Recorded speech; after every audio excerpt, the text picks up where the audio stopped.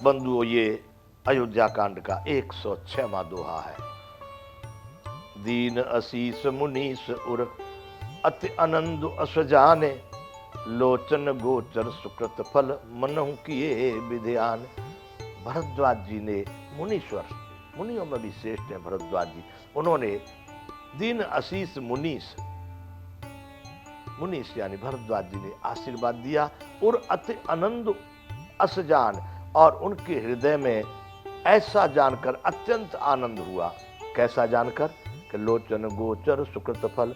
आज परमात्मा श्री राम जी के, भगवान ने राम जी के दर्शन करवा के, श्री सीता जी लक्ष्मण जी के सहित प्रभु राम जी का दर्शन करा के, मानो हमारे संपूर्ण पुण्यों के फल आज हमारी आंखों के सामने लाके रख दिए हो।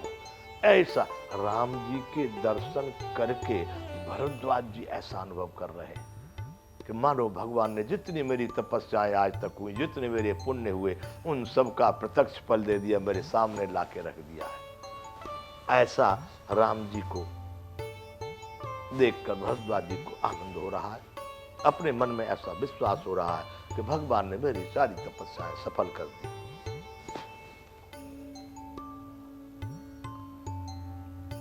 कुशल प्रश्न करे आसन दीने, पूज प्रेम परिपूरन कीने। भरद्वाज जी ने राम जी को कुशल प्रश्न करके, आप ठीक ठाक तो हैं, कैसे हैं, कुशल पूछते हैं। कोई भी अपने यहाँ आते हैं, अतिथि आते हैं तो भाई ठीक है, सब परिवार अच्छा है, सब ऐसे करके कुशल प्रश्न करके भरद्वाज जी ने उनको बैठने के लिए आसन दिए हैं। पूज प्रेम परिपूरित कीने, और प्रेम सहित उनका पूजन करके राम जी को संतुष्ट किया। जो पूजन का मतलब बंधु ये नहीं कि मंदिर में जाकर के आप देवताओं को करते, घर में आए हुए अतिथियों की जो सेवा होती है उसका ही नाम पूजा है। आसन देना, जलपान कराना, भोजन कराना, वस्त्र देना, स्नान की व्यवस्था करना, कुछ मीठा खिलाना, नैवेद्य जिसको कहते, इन्हीं का नाम पूजा है। 16 प्रकार से पूजन जो कहा गया है वो बंधुओं कोई और पूजन नहीं है। इस बात को आप अपने मन में याद रखें। पूजन जो हम अपने यहाँ आए हुए अतिथि के आगमन से लेकर के जाने तक, उसको सोने की, बैठने की, खाने की, सुगंधी की या दीपक की या धूप की जो भी व्यवस्था करते हैं, वह सब पूजन है। तो भरद्वाज जी ने कुशल प्रश्न करे आसन दीने, पूज प्रेम परिपूर्ण कीने, और उनकी प्रेम से पूजा करके उनको राम जी को संतुष्ट किया है। कंदमूल फल अंकुरनी के। फिर उन्होंने, जानते हैं कि ये जिस स्थिति, भरद्वाज तो बहुत बड़े विद्वान और त्रिकालदर्शी हैं, फिर मानो अमृत के ही बने हों ऐसे अच्छे अच्छे कंद मूल फल और अंकुर, जो छोटे छोटे तिनके ताजी निकलते हैं जमीन में, वो सब कंद मूल फल अंकुरनी के दिए आन मुन मन हो अमी के। मुनि ने उनको ला करके ऐसे दिए, मान लो स्वयं वो अमृत से ही बने हों ऐसे कंदमूल। क्यों? राम जी के लिए आज्ञा ये है कि बरस 4-10 यानी 14 है, 4 और 10, बरस 4-10 वास वन, वन में ही रहना है। मुनि व्रत वेश आहार, मुनि का ही जैसा व्रत करना है वैसा ही वेशभूषा रखना है, और उसी प्रकार का आहार भी लेना है।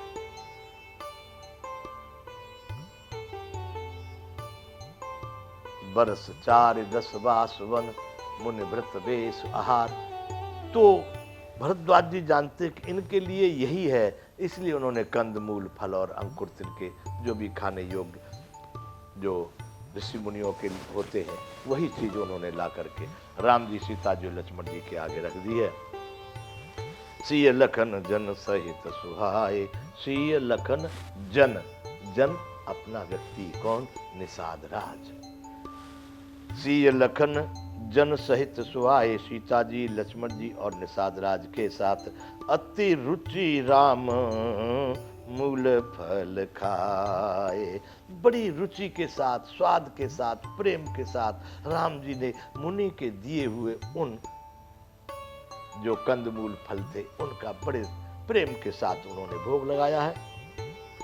भये विगत श्रम रामो सुखारे।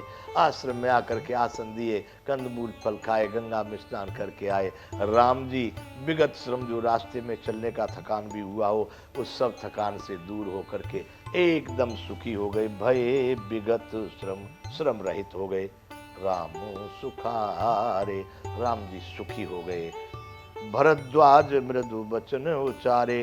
तब मुनि भरद्वाज जी ने मीठी बाणी में राम जी से कुछ वचन कहे हैं, कुछ बात कही। जब शांति से बैठ के आनंद से भोजन प्रसाद पाके, तब भरद्वाज जी कह रहे हैं, आजो सुफल तपो तीरथ त्यागू। राम, आज आपके आगमन से, आप जो आश्रम में पधारे, तो मेरा तप सफल हो गया, और ये तीर्थ भी सफल हो गया, और त्याग भी सफल हो गया। आजो सफल तप तीर्थ त्यागू, आजो सफल जप जोग विरागू। मैंने जितना आज तक जप किया, अब मुझे विश्वास हो गया कि वो सफल हुआ। आजो सफल जप जोग, और जितने भी मैंने योग के साधन किए, योग की जितनी भी साधना की, वो भी राम आज सफल हो गई। और वैरागू, मैं इस संसार से अपने को विरक्त चाहता था, आज आपके दर्शन से वह भी सफलता मुझे मिल गई। अर्थात तीर्थ भी ये सफल हो गया, मेरा तप सफल हुआ, त्याग सफल हुआ, जप सफल हुआ, योग सफल हुआ, वैराग्य सफल हुआ। जितने भी बंधु, ये सब जो शब्द है ना, ये जो तप, त्याग, जप, जोग, विराग, ये साधारण शब्द नहीं। इनको किसी मानव के लिए, और दूसरे प्राणी तो बेचारे क्या जाने, इस भवसागर को पार करने के लिए जो साधन होते हैं, जिन साधनों के माध्यम से यह जीव उस परम ब्रह्म परमात्मा को पाने का प्रयास करता है, मुक्त होता है, वह ये साधन है। जप, तप, योग, विराग, ये सभी साधन है। तो भरद्वाज का कुल मिला के कहने का अर्थ ये हुआ, राम, आज आपके आगमन से, मेरे इस आश्रम में पदार्पण से मेरे सभी साधन सफल हो गए। क्या क्या सफल हुआ? सफल सकल शुभ साधन साजू, राम तुम्हें अवलोकत आजू। हे राम, आपको देखते हुए तुम्हें अवलोकत आजू, आज आपका दर्शन करने से राम, मेरे सारे शुभ साधन, जितने भी आज तक मैंने साधन किए थे, भक्ति ज्ञान वैराग्य योग जो भी, वो आज सब सफल हो गए। राम तुम्हें अवलोकत आजू, आपको देखने से, आपके दर्शन से सब सफल हुए हैं। लाभ अवधि सुख अवधिन दूजी। राम, लाभ यानी जो जीवन में व्यक्ति के लाभ होता है वो, या सुख जितना भी होता है, लाभ की और सुख की अवधि कहते हैं सीमा।